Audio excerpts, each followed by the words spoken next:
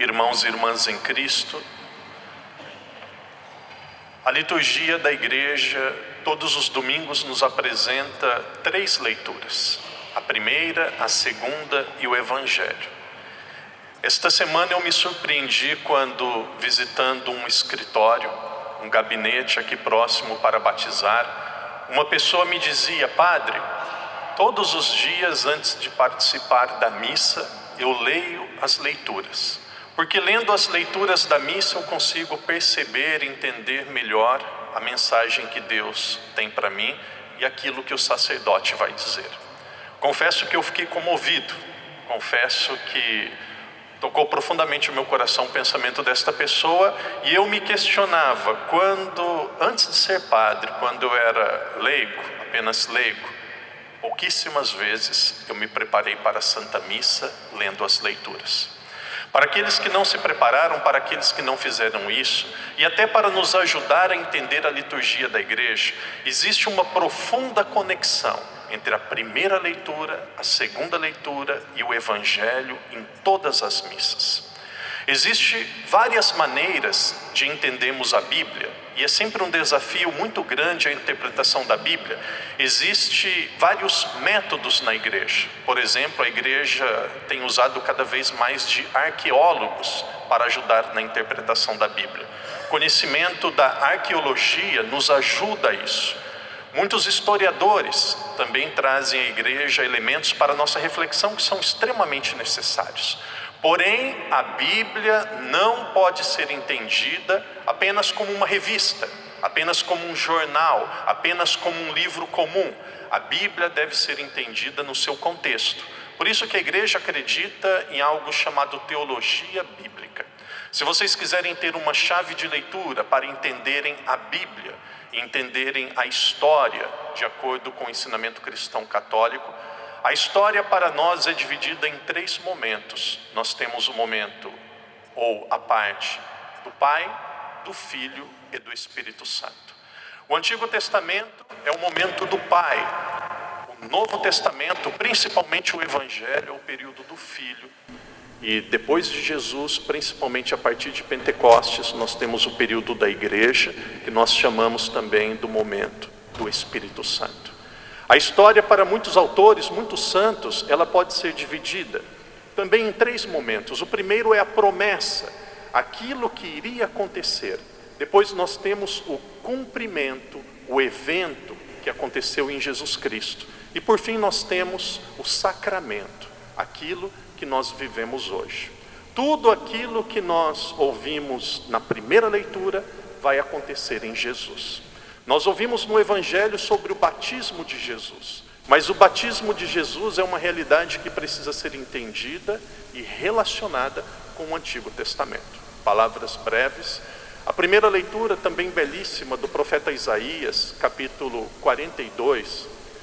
O livro do profeta Isaías, um dos profetas mais antigos do Antigo Testamento, é um texto dividido em 3 partes. A parte principal, nós estamos aqui no capítulo 42, que é a segunda parte deste texto, nos mostra um período que o povo judeu, o povo do Antigo Testamento, estava no exílio. O povo estava escravo na Babilônia. Se eu perguntasse às crianças e perguntasse aos adultos o que um escravo deseja, todos diriam: padre, um escravo deseja justiça, deseja paz. Em outras palavras, um escravo deseja liberdade. Então o livro do profeta Isaías, a primeira leitura, nos diz que virá um servo que trará paz e justiça às pessoas. Porém o povo de Deus andava decepcionado, cansado de tantas promessas. O profeta Ezequiel, que havia vivido décadas antes, já havia dito: a libertação virá. Porém a libertação não chegava, e aquele povo angustiado clamava e esperava por Deus. Depois do exílio, a libertação veio, porém o ser humano não é feliz em sua plenitude apenas com uma libertação, uma justiça e uma paz exterior. Algumas pessoas pensam que serão felizes quando tiverem dinheiro, e quando percebem que têm uma vida economicamente estável, vão perceber que a felicidade não chegou. Alguns percebem ou alguns pensam que serão felizes quando têm saúde. E é interessante que nós só valorizamos a nossa saúde quando nós perdemos. Quando nós estamos bem, estamos saudáveis, quando tudo está muito bem, nós não valorizamos a saúde. Por que o padre está dizendo tudo isso? Apenas uma libertação física, material, não é suficiente ao ser humano.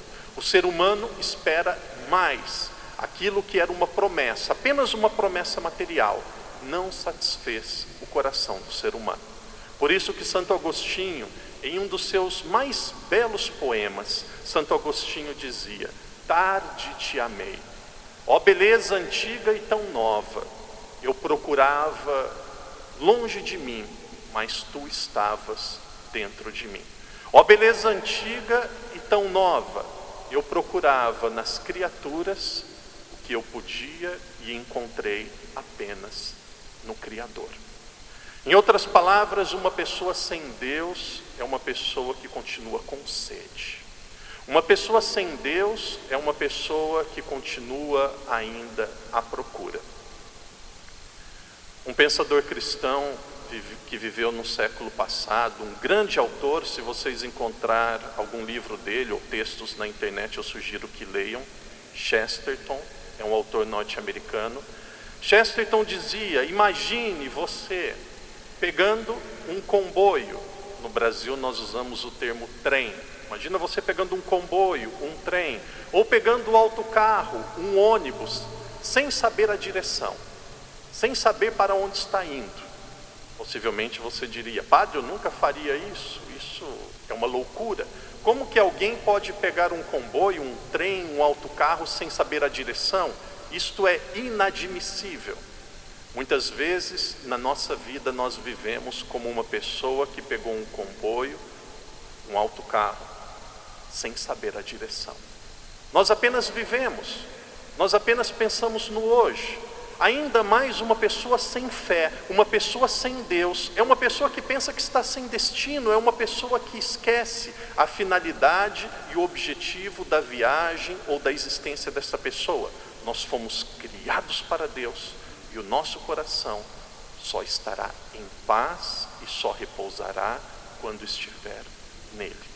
Por isso que a história não estava completa apenas com a libertação física, temporal, que o povo judeu conseguiu no fim do exílio. Cristo, Jesus, veio para trazer aquilo que o ser humano mais esperava, ou mais precisava, que é a libertação do coração, a libertação da alma, a libertação do pecado. Normalmente nós perguntamos: por que Jesus foi batizado? Jesus não precisava ser batizado, o batismo era algo que acontecia para o perdão dos pecados. Jesus é Deus, Jesus não precisava ser batizado. O autor do batismo foi batizado. Jesus foi batizado para se fazer solidário a cada um de nós, para mostrar que aquilo que nós passamos, aquilo que nós precisamos, Ele também quer precisar. O Evangelho é belíssimo. O Evangelho mostra que quando Jesus foi batizado, 3 realidades aconteceram. Estas realidades são narradas de uma forma muito clara através do Evangelho de São Mateus. A primeira realidade: quando Jesus foi batizado, o céu se abriu. O céu se abriu para nos mostrar que o céu e a terra, com a presença e o início da vida pública de Cristo, se tornaram apenas uma realidade. Não existe mais separação com a vida de Cristo entre o céu e a terra. Quando Jesus foi batizado, uma pomba apareceu. Existem 2 formas de nós interpretarmos e entendermos esta pomba. Alguns autores mais antigos utilizam desta interpretação. Para aqueles que são mais modernos, muitos a questionam. A pomba é um símbolo do Antigo Testamento da nova criação. Depois do dilúvio, quando surgiu a nova criação, apareceu uma pomba. Com o batismo de Jesus, surge uma nova criação. Com o nosso batismo, surge uma nova criação. Com o nosso batismo, nós nos tornamos uma nova pessoa. A pomba também pode ser entendida, e aqui de fato é isso que a igreja nos ensina e não podemos discutir, a pomba é um símbolo do Espírito Santo.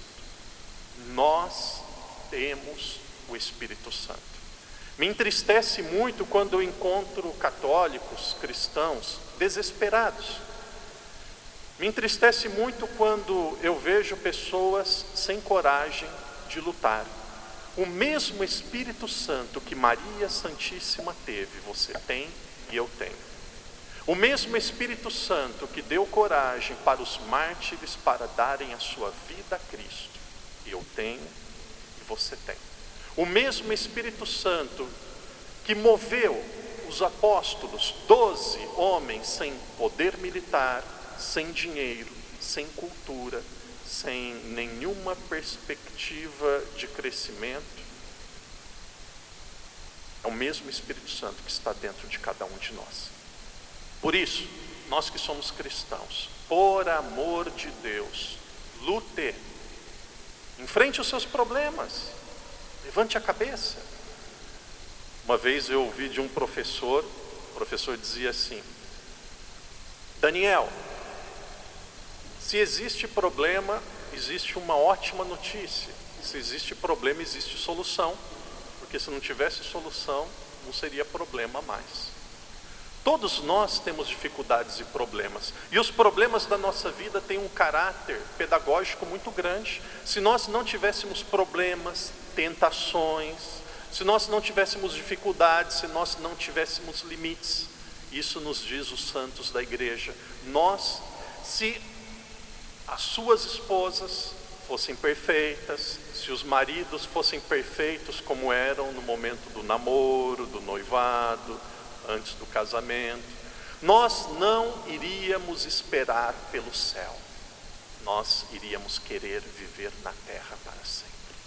Quando nós vemos problemas, dificuldades, desafios, recorde a você mesmo. E aqui não é uma crítica às pessoas humanas, porque todos nós somos bons por natureza. Recorde aquilo que Santa Teresa d'Ávila dizia: só Deus basta. Só Deus basta. A segurança que nós procuramos no dinheiro, nós vamos encontrar em Deus. A segurança que nós procuramos na saúde, nós vamos encontrar em Deus. A segurança que nós procuramos nas amizades, nós precisamos ter boas amizades. Deve-se questionar quem não tem amigos. Uma pessoa me disse assim, com muito orgulho, poucos dias atrás: eu tenho poucos amigos. Olha, uma pessoa que não tem amigo deveria se questionar: por que eu não tenho amigos? Por que as pessoas não gostam de ficar próximas a mim? Uma autocrítica sempre nos ajuda, e às vezes eu faço isso também. Claro que entre amigos e colegas existe uma grande diferença, mas precisamos ter amigos, mas a nossa segurança não está nos nossos amigos. A nossa segurança está em Deus. O padre encerra a reflexão dizendo: no momento do nosso batismo aconteceu algo extraordinário. Alguém poderia se levantar e dizer: padre, eu sou PhD em medicina, sou PhD em teologia, em história, sou mestre. Alguém poderia dizer: padre, eu vou ser do próximo grupo de astronautas que vou à Lua.